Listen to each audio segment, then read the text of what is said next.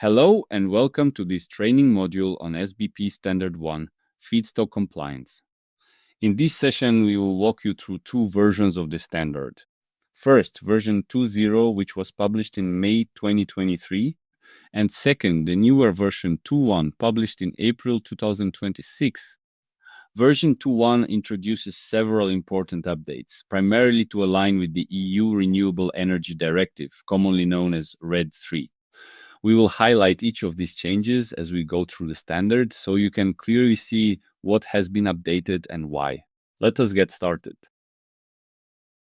In this session, we have several objectives. First, we will give you a detailed overview of SBP Standard 1, its purpose, its structure, and its contents.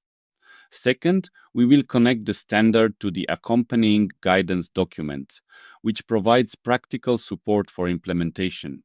Third, we will spend extra time on indicators that are new or complex and may require additional effort to implement. And finally, we will walk you through the changes introduced in version 2.1, highlighting what has been updated and explaining the reasoning behind each change. So let us dive in. Let us begin with the high-level overview of Standard 1. SBP Standard 1 is designed to be a reference for the sustainable biomass sector. It provides a consistent framework for defining and managing sourcing risks while driving continuous improvement. The standard covers the most relevant sustainability aspects of feedstock production, including legal, environmental, carbon stock, and social-related elements. The SBP certification scheme applies a risk-based approach. Biomass producers assess the risk of non-conformance against the principles and criteria of Standard 1 when deciding which feedstock to source. Using SBP Standard 2, they then identify, evaluate, and manage those risks. This is an important point to keep in mind as we go through each indicator. The focus is always on whether sourcing feedstock presents a risk of not complying with the criteria set out here. Standard 1 is also supported by a comprehensive guidance document published for the first time alongside version 2.0 to help producers with implementation. Now, regarding the timeline, version 2.0 was published on the 10th of May 2023, became effective on the 10th of August 2023, and had a transition period running until the 9th of November 2024. The newer version 2.1, shown here in red, was published on the 29th of April 2026, becomes effective on the 29th of July 2026, and has a transition period running from the 29th of July 2026 to the 28th of October 2027. During this transition window, organizations may certify against either version 2.0 or version 2.1. Now let us look at some of the highlights of the revised requirements. When version 2.0 was introduced, it brought a significantly improved structure. The standards were streamlined for consistent implementation, the wording was simplified for clarity, and the content was focused on outputs rather than processes, with an emphasis on driving improvement rather than simply mitigating negative impacts. The legality requirements were streamlined to ensure compliance with the regulatory frameworks of biomass end-use markets. Importantly, SBP went beyond regulatory compliance in many areas, including biodiversity, land conversion, forest carbon stock, cascading use, training, grievance handling, and free, prior, and informed consent. The environmental requirements were strengthened significantly, with additions around ecosystem threat identification, high conservation value protection, and land conversion safeguards. Harmful agrochemicals were banned. Forest carbon management was introduced as an entirely new principle, including LULUCF requirements and the cascading use principle. Social requirements were also enhanced considerably, with new protections for workers, communities, indigenous peoples, and cultural heritage sites. Standard 1 was complemented by Instruction Document 1A to cover trees outside forests. With version 2.1, the standard now contains 45 indicators, up from 42 in version 2.0. The 3 additional indicators, along with several rewarded ones, were introduced to align with the EU Renewable Energy Directive RED3. The key changes include new indicators on clear-cut thresholds and deadwood retention, updated language for harvest residues, a revised indicator on sourcing from primary and old-growth forests, and a new indicator on sourcing from biodiverse forests and peatlands. We will look at each of these changes in detail as we go through the standard. Now let us look at the high-level structure of Standard 1. The standard is organized around 4 principles. Principle 1 covers the legality of feedstock sourcing. Principle 2 addresses environmental protection. Principle 3 focuses on forest carbon stocks. And this is where SBP really differentiates itself from other certification schemes like FSC or PEFC. And Principle 4 covers social requirements. Underneath these 4 principles, there are 8 criteria in total, which together frame the 45 indicators we will be reviewing. Let us now go through each principle and its indicators in detail. Next, we will go through all the indicators one by one. As we do so, I will provide comments and explanations where they are particularly important for understanding the intent of the standard. For each indicator that has been changed or added in version 2.1, I will clearly explain what the previous version said, what the new version says, and why the change was made. These updates are highlighted in red on the slides so you can easily spot them. We begin with Principle 1, which is all about the legality of feedstock sourcing. There is one criterion under this principle, Criterion 1.1, which requires that operators and operations are legal. It contains 5 indicators. Indicator 1.1.1 is a requirement found in most conventional management systems and chain of custody certifications. The key here is the reference to applicable local legislation, which may differ from country to country. The term applicable laws and regulations covers a wide range of areas, from harvest rights and trade regulations through environmental and biodiversity protections to labor rights and occupational health and safety. Indicator 1.1.2 ensures that legal ownership of land and resource use rights are properly established and respected throughout forest planning and operations. This includes not only ownership but also the right to use resources, for example, through felling permits. Now, indicator 1.1.3 is one of the indicators that was updated in version 2.1, and you can see it highlighted in red on the slide. In the previous version, this indicator specifically listed CITES and EUTR as examples of applicable legal trade requirements. In version 2.1, the wording has been broadened. It now reads, feedstock shall be legally harvested, supplied, and produced, including in compliance with applicable legal trade requirements, for example, CITES, EUTR, EUDR, or others. The key change here is the explicit addition of the EU Deforestation Regulation, or EUDR, alongside the existing EUTR reference. This update reflects the evolving European regulatory landscape and ensures the standard explicitly acknowledges the EUDR as a relevant trade requirement. Indicator 1.1.4 ensures that all legally required payments, including duties, royalties, and taxes related to timber harvesting, are complete and up to date. And finally, Indicator 1.1.5 requires adequate protection of the supply base from unauthorized and illegal activities such as illegal logging, mining, or encroachment. The intent is not to prescribe the use of force, but rather to verify that appropriate safeguards and processes are in place. Remember that since Standard 1 is used together with Standard 2, each of these indicators needs to be assessed and a risk level designated. Moving to Principle 2, which addresses the environmental impact of feedstock sourcing. Criterion 2.1 focuses on biodiversity. Indicators 2.1.1 through 2.1.3 work together as a 3-step process. First, Indicator 2.1.1 requires that key species, habitats, ecosystems, and areas of high conservation value, or HCV, pertaining to biodiversity in the supply base are identified. Second, Indicator 2.1.2 requires that threats to and impacts on those identified values are assessed.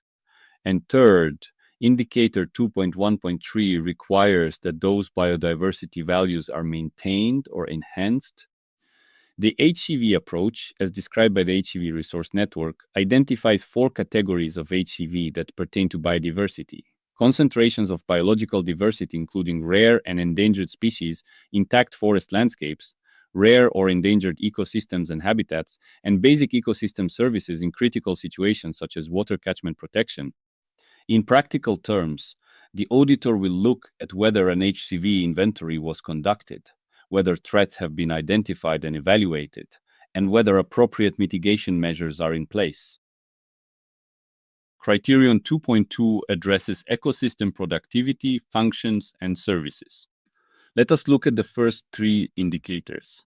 Indicator 2.2.1 deals with land conversion. The intent is to verify that feedstock sourcing does not drive land use changes and to avoid association with the negative impacts of conversion. Specifically, feedstock shall not be sourced from land that had one of the following statuses in January 2008 and no longer has that status due to conversion, forests, wetlands, peatlands, or highly biodiverse grasslands. The cutoff year of 2008 means that evidence, such as studies, census data, or satellite imagery, may be needed to verify that no conversion has taken place since that date. Indicator 2.2.2 verifies that feedstock sourcing does not have a negative impact on ecosystem services. Negative impacts could include disruption, degradation, or impediments to ecological functions such as regeneration, succession, erosion control, flood control, and adequate access for recreation. The focus is on ongoing maintenance and improvement of these services. Indicator 2.2.3 ensures that soil quality is maintained or enhanced during and after forest management operations. This is a well-known requirement in forest management certification. Soil damage is one of the most visually recognizable types of damage that an auditor or stakeholder can observe in the field. Continuing with criterion 2.2, we now come to indicators 2.2.4 through 2.2.8. 2 of these, 2.2.4 and 2.2.6, have been updated in version 2.1, as you can see highlighted in red. Let us start with indicator 2.2.4. In the previous version 2.0, this indicator read, where the removal of harvest forest residues and/or stumps occurs, this shall not lead to irreversible negative impacts to the ecosystem. In version 2.1, the wording has been significantly revised. It now reads, where the removal of harvest forest residues, stumps, and/or roots is allowable and occurs, adverse impacts on the ecosystems shall be minimized. There are 3 key changes here. First, roots have been added alongside stumps as a category of material whose removal needs to be assessed. Second, the language now specifies that such removal must be allowable, meaning it must be permitted under local regulations before it can take place. And third, the threshold has shifted from avoiding irreversible negative impacts to minimizing adverse impacts more broadly. This is a more precautionary standard and aligns with the RED 3 sustainability criteria. The rationale for this indicator is that forest residue extraction, including stumps and roots, can have important ecological consequences. Residues provide habitat for invertebrates and small mammals, contribute organic matter to the soil, and play a role in nutrient cycling. Removal of these materials should only occur where it is permitted and where the ecological impacts are carefully managed. Indicator 2.2.5 addresses water quality and quantity. It requires that groundwater, surface water, and water downstream are maintained or enhanced. Forest management activities can significantly affect water resources, for example, through drainage, chemical use, or changes to canopy cover that alter evapotranspiration patterns. Now, indicator 2.2.6 has also been updated in version 2.1. The previous wording was, air emissions shall comply with national legislation or in the absence of national legislation with industry best practice. The updated wording reads, emissions to air shall comply with national legislation or in the absence of national legislation with industry best practice. The change may seem subtle, but the phrase emissions to air is more precise and better aligned with regulatory terminology used in the RED III framework. The comma was also added after all for grammatical clarity. Indicator 2.2.7 restricts the use of pesticides, requiring them to be part of an integrated pest management plan in compliance with national legislation and chemical safety data sheets. Banned pesticides shall not be used. This effectively prohibits the use of World Health Organization type 1A and 1B pesticides. And indicator 2.2.8 requires that waste is disposed of in an environmentally appropriate manner. While this is a familiar topic in management system certifications, it remains a critical check, particularly in developing countries where waste management infrastructure may be limited. Continuing with criterion 2.2, we now cover indicators 2.2.9 through 2.2.12, followed by two entirely new indicators introduced in version 2.1. Indicator 2.2.9 requires that harvesting levels are justified as sustainable, with reference to inventory and growth data for the supply base. This means looking at the balance between what is being removed and what the forest can sustainably produce, drawing on growth and yield estimates, inventory data, and other evidence. Indicator 2.2.10 requires that harvested areas are regenerated.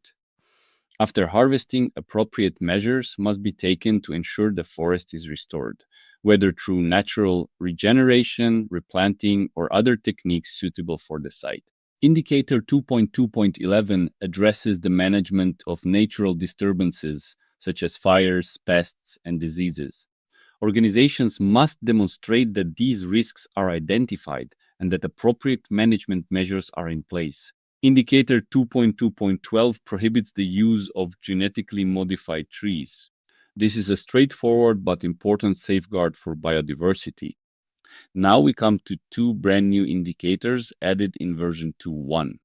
Both are highlighted in red on the slide and are labeled as new. Indicator 2.2.13 is entirely new and requires that harvesting is carried out in compliance with maximum thresholds for large clear cuts as defined in the country where the forest is located.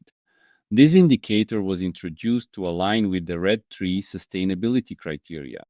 The intent is to ensure that harvesting practices respect nationally defined limits on clear cut sizes. This is important because large-scale clear cutting can have significant impacts on biodiversity, water systems, and landscape integrity. By linking this to country-level definitions, the standard respects regional variation in forestry practices while setting a clear expectation that applicable limits are followed. Indicator 2.2.14 is also entirely new and requires that harvesting is carried out in compliance with locally and ecologically appropriate retention thresholds for deadwood extraction. Again, this was added to align with RED III. Deadwood, including standing dead trees, fallen logs, and decaying material, is ecologically vital. It provides habitat for fungi, insects, birds, and small mammals, and plays a key role in nutrient cycling and soil formation. Many countries and regions have established guidelines or requirements for how much deadwood should be retained after harvesting operations. This indicator ensures that those thresholds are respected. Together, these two new indicators represent a meaningful strengthening of the environmental requirements under Principle 2, reflecting the EU's focus on sustainable forest management practices. We now move to Principle 3, which focuses on forest carbon stocks. This is one of the most distinctive features of the SBP framework, setting it apart from other certification schemes. Criterion 3.1 requires that feedstock sourcing is consistent with international requirements for land use change, and forestry, commonly referred to as LUCF emissions. Indicator 3.1.1 provides three routes for demonstrating compliance, and an organization needs to satisfy at least one of them. Route A applies when feedstock is sourced from a country that is party to the Paris Agreement and has submitted a nationally determined contribution covering emissions and removals from agriculture, forestry, and land use. The country must also ensure that these emissions are accounted for in its national targets. Route B applies when the country has management systems in place at the forest sourcing area level that ensure carbon stocks and sinks are maintained or strengthened over the long term. Route C allows organizations to demonstrate through an assessment at supply base level that carbon stocks in the forest area of the supply base are stable or increasing. In practice, the guidance document provides a detailed walkthrough for each route. The key point is that evidence of compliance is required, and auditors will want to see documentation showing which route has been chosen and how the criteria are being met. Criterion 3.2 requires that carbon stocks in the forest area of the supply base are stable or increasing in the long term. Indicator 3.2.1 provides two options.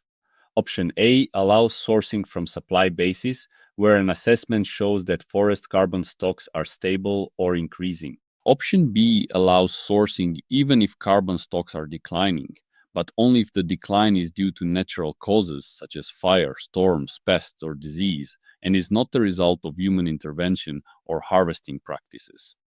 The key concept here is the long-term trajectory of carbon stocks. Short-term fluctuations are expected in any forest system, but the overall trend must demonstrate stability or growth. The guidance document provides detailed instructions on how to conduct these assessments and what evidence is expected. Indicator 3.2.2 addresses a very specific situation: forests that are classified as low productive or difficult to regenerate. The requirement is that primary feedstock shall not be sourced from forest areas where site productivity is low and where, according to local definitions or norms, those areas are classified as low productive or difficult to regenerate. The intent is to protect vulnerable forests that have limited capacity to recover after harvesting. This is particularly relevant in boreal and subarctic regions, where some forest areas grow very slowly and may take decades or even centuries to regenerate. Removing biomass from these areas could have lasting consequences for both carbon stocks and ecosystem integrity. Now we come to two more indicators that were significantly changed in version 2.1, one rewritten and one entirely new. Both are highlighted in red on the slide. Let us start with indicator 3.2.3, which has been substantially rewarded.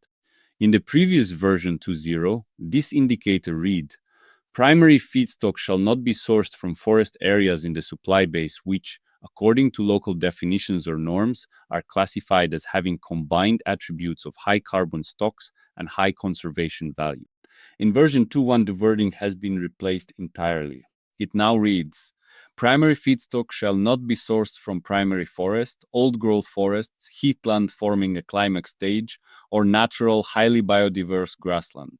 This is a significant change. The previous wording relied on the somewhat abstract concept of areas with combined high carbon stocks and high conservation value, which could be interpreted differently depending on local definitions. The new version 2.1 wording is much more specific and concrete. It explicitly names 4 categories of land that are off limits for primary feedstock sourcing: primary forests, old-growth forests, heathland at climax stage, and natural, highly biodiverse grassland. This change aligns the standard directly with the RED III sustainability criteria, which uses these same categories. Next, indicator 3.2.4 is entirely new in version 2.1. It states, primary feedstock may be sourced from highly biodiverse forests, peatlands, wetlands, or non-natural, highly biodiverse grasslands, only when evidence demonstrates that sourcing does not risk diminishing the conservation values. This is an important complement to 3.2.3. While 3.2.3 sets out absolute prohibitions, certain areas are simply off limits, 3.2.4 recognizes that there are other ecologically sensitive areas where sourcing may be permissible but only under strict conditions. Specifically, an organization must provide evidence showing that feedstock sourcing from these areas does not put the conservation values at risk. This evidence-based approach is consistent with the precautionary principle embedded in RED 3. The distinction between the two indicators is important for auditors and organizations to understand.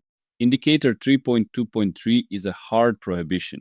No sourcing from primary forests, old-growth forests, climax heathland, or natural, highly biodiverse grassland. Indicator 3.2.4 is a conditional allowance. Sourcing from highly biodiverse forests, peatlands, wetlands, and non-natural, highly biodiverse grasslands is only permitted when backed by evidence that conservation values are protected. The final criterion under Principle 3 is Criterion 3.3, which addresses the cascading use of wood. Indicator 3.3.1 requires that feedstock sourcing is in compliance with the principles of cascading use. Specifically, high-quality stem wood shall not be used as feedstock if it is in substantial demand for long-lived products in the supply base. The intent here is to ensure that biomass production does not compete with higher value uses of wood. If high-quality timber is needed for construction, furniture, or other long-lived products, it should be directed there first. Biomass should primarily come from residues, low-quality wood, or material for which there is no competing demand.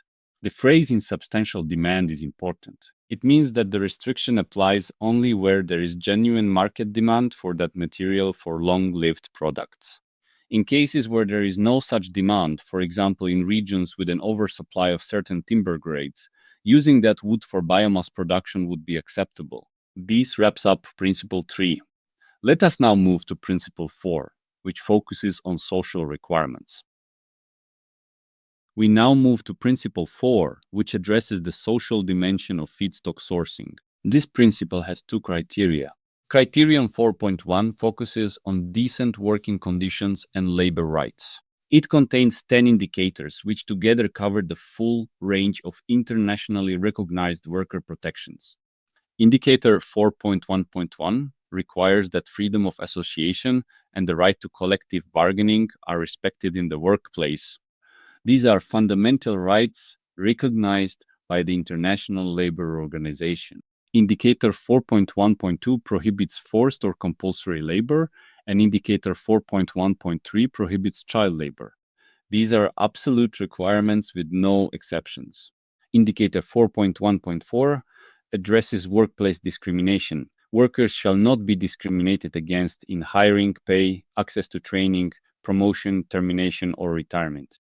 Indicator 4.1.5 requires that wages meet or exceed the legal minimum wage, or where no statutory minimum exists, that industry norms are met or exceeded. Continuing with Criterion 4.1, Indicator 4.1.6 requires that working hours comply with legal requirements. This protects workers from excessive hours and ensures compliance with national labor laws. Indicator 4.1.7 addresses worker benefits. Workers shall have access to healthcare provisions, sickness benefits, retirement benefits, invalidity benefits, death benefits, and workers' compensation. The scope of these benefits may vary depending on the country and the applicable legislation. Indicator 4.1.8 requires that training is provided for all workers to enable them to implement the requirements of the SBP standards that are relevant to their responsibilities. This means that training should not be limited to management. It should reach everyone involved in the operations.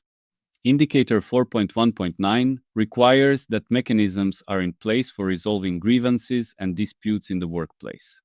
A well-functioning grievance mechanism is essential for identifying issues early and addressing them before they escalate. And finally, Indicator 4.1.10 requires safeguards for the health and safety of workers through the development, communication, and implementation of health and safety policies and procedures. Criterion 4.2 focuses on community benefits from feedstock sourcing. Indicator 4.2.1 requires that negative social and community impacts are identified and avoided. This means the organization must proactively assess how its sourcing activities might affect local communities, including displacement, environmental degradation, or disruption to livelihoods, and take steps to prevent those harms. Indicator 4.2.2 requires that feedstock sourcing positively contributes to the local economy, including employment. The standard recognizes that biomass production can bring significant economic benefits to rural areas and expects organizations to demonstrate that contribution. Indicator 4.2.3 protects essential community resources. Food, water supply, or high conservation values that are essential for the fulfillment of basic needs of communities shall be maintained or enhanced. This is a safeguard against the risk that industrial activities might compromise the resources that local communities depend upon. Continuing with community-related indicators. Indicator 4.2.4 requires that legal, customary, and traditional tenure and use rights of indigenous peoples and local communities related to the supply base are identified, documented, and respected.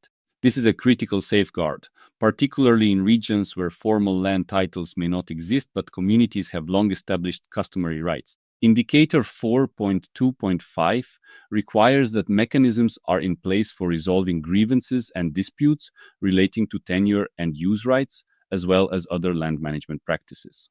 This is similar to the workplace grievance mechanism required under 4.1.9, but focused specifically on land rights and community relations. Indicator 4.2.6 addresses the rights of indigenous peoples specifically. Where indigenous peoples' rights are identified in the supply base and free, prior, and informed consent, known as FPIC, has not been achieved for proposed activities, a consultation and, if required, accommodation process must be put in place. FPIC is a globally recognized principle that ensures indigenous communities have the right to give or withhold consent for activities that affect their lands and resources. And Indicator 4.2.7 requires that designated cultural heritage sites are preserved. This protects sites of cultural, historical, or spiritual significance from damage or destruction during sourcing operations. That completes our review of the 45 indicators across the 4 principles of Standard 1. Trees outside forests, TOF, covers everything we certify as primary woody feedstock that does not come from forest land. Gardens, parks, roadside clearances, power line corridors, and orchards all fit here. The reason TOF needs its own instruction document is straightforward. Standard 1 was written with forest management operations in mind. Many of its indicators, HCV identification, regeneration, LULUCF routes, sustainable harvesting levels, are built around the assumption that the origin is a forest. If we applied those indicators mechanically to, say, a municipality clearing trees from under a power line, we would either produce findings that don't translate or miss the risks that actually matter. Instruction document 1A solves this by telling us, for each subtype of TOF, which standard 1 indicators apply and which are not applicable. This table provides further detail on the applicability of standard 1 indicators to trees outside forests feedstock.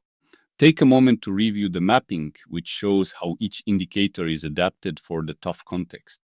As you can see, the framework systematically addresses how each standard 1 requirement applies or does not apply in the context of non-forest feedstock sources. Before we step through the classification and applicability, let me give you a map of what's changed. Keeping these 3 groupings in mind will make the detailed slides coming up easier to follow. First grouping. 4 indicators had their wording updated to align with Standard 1, 5.1. These are 1.1.3, 2.2.4, 2.2.6, and 3.2.3. We'll look at each of these in detail later. Second grouping, 3 new indicators have been added.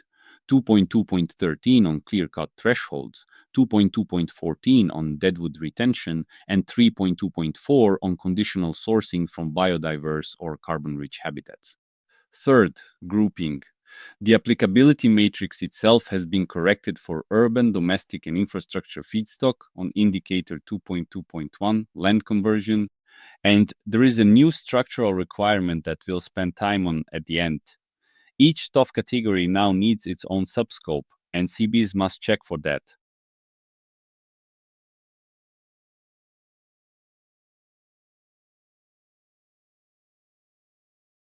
Here is the TOF classification in a form you can actually read from the back of the room.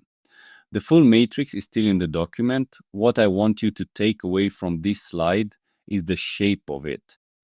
Under primary woody biomass, we have two worlds. Forest origin feedstock, which Standard 1 was originally written for, and TOF, which is what this instruction document governs. TOF itself has two product groups. Urban and landscape feedstock covers everything non-agricultural and non-forest. Gardens, parks, wind and shelter belts, small wooded landscape clearings, infrastructure projects, roadside logging, construction sites. Anything outside both forest and agricultural land. Agricultural land feedstock is either woody residues from an existing agricultural operation, the old trees you take out of an olive orchard, for instance, or woody energy crops where the wood is the primary product, such as short rotation coppice. Hold this classification in mind. It's the first decision a BP has to make, and it drives everything else. The applicability matrix in section 2 of the document is long, and at first look, it is daunting. The fastest way to internalize how to use it is to walk one example end to end. Imagine a municipality clearing trees under a power line corridor, and that wood is being supplied to a certified biomass producer. The first thing the BP does is classify the land. This is TOF, urban and landscape, and specifically the urban/domestic/infrastructure subtype. Now we walk section 2 vertically down that column. Legality indicators 1.1.1 through 1.14 apply. The operators still have to be legal, the land use rights have to be respected, the trade compliance still matters. 1.1.5, which is about protecting the supply base from encroachment and illegal logging, is not applicable.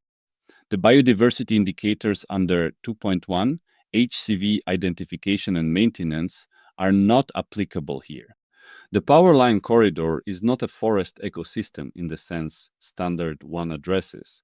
Indicator 2.2.1, the January 2008 land conversion cutoff covering forests, wetlands, peatlands, and highly biodiverse grasslands, is also not applicable.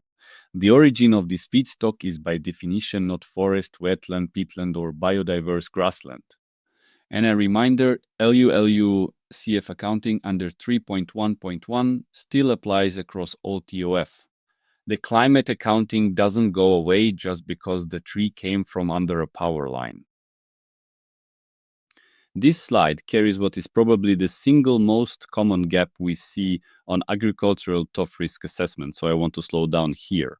When a BP sources woody residues from an existing agricultural operation, and the clearest example is old trees removed from an olive orchard, the risk assessment has to cover two things, not one. First, the biomass facing scope. How are the old trees actually taken down and collected? But second, and this is the part often missed, the primary agricultural production itself. How is that olive orchard managed? What is the pesticide regime? What are the labor conditions on the farm? What is happening to the soil and water? The reason this matters is that the risks most relevant to the sustainability of that feedstock very often sit in the orchard operation, not in the residue harvest. The residue collection might be a benign small-scale operation. The agriculture that produced it might not be. If a CB looks at a risk assessment for agricultural TOFs and it only addresses the harvesting of residues, the assessment is incomplete and the finding writes itself. To close this section, let's make the work concrete. For BPS, three things to do. First, establish a separate subscope for each TOF category you source. If you source both urban and landscape TOF and agricultural TOF, that's two subscopes. Second, make sure your risk assessment actually covers every TOF source. and for agricultural TOF cover both the residue harvest and the underlying agriculture, which is the point we spent time on earlier. Third, revisit any risk assessment that touches the four updated indicators or would now engage the new 3.2.4. For CBs, the evaluation has an explicit new check. You evaluate whether a separate subscope has been established for each TOF category and whether the risk assessment actually covers the TOF sources. This is written into the instruction document itself. Let us now summarize what we have covered in this module. SBP Standard 1 defines what constitutes SBP-compliant biomass through four principles: legality, environmental protection, carbon stability, and social responsibility. Together, these principles contain 45 indicators across 9 criteria. For TOF, a special document ID 1A is developed. Version 2.1 introduced important changes aligned with the EU Renewable Energy Directive (EU RED).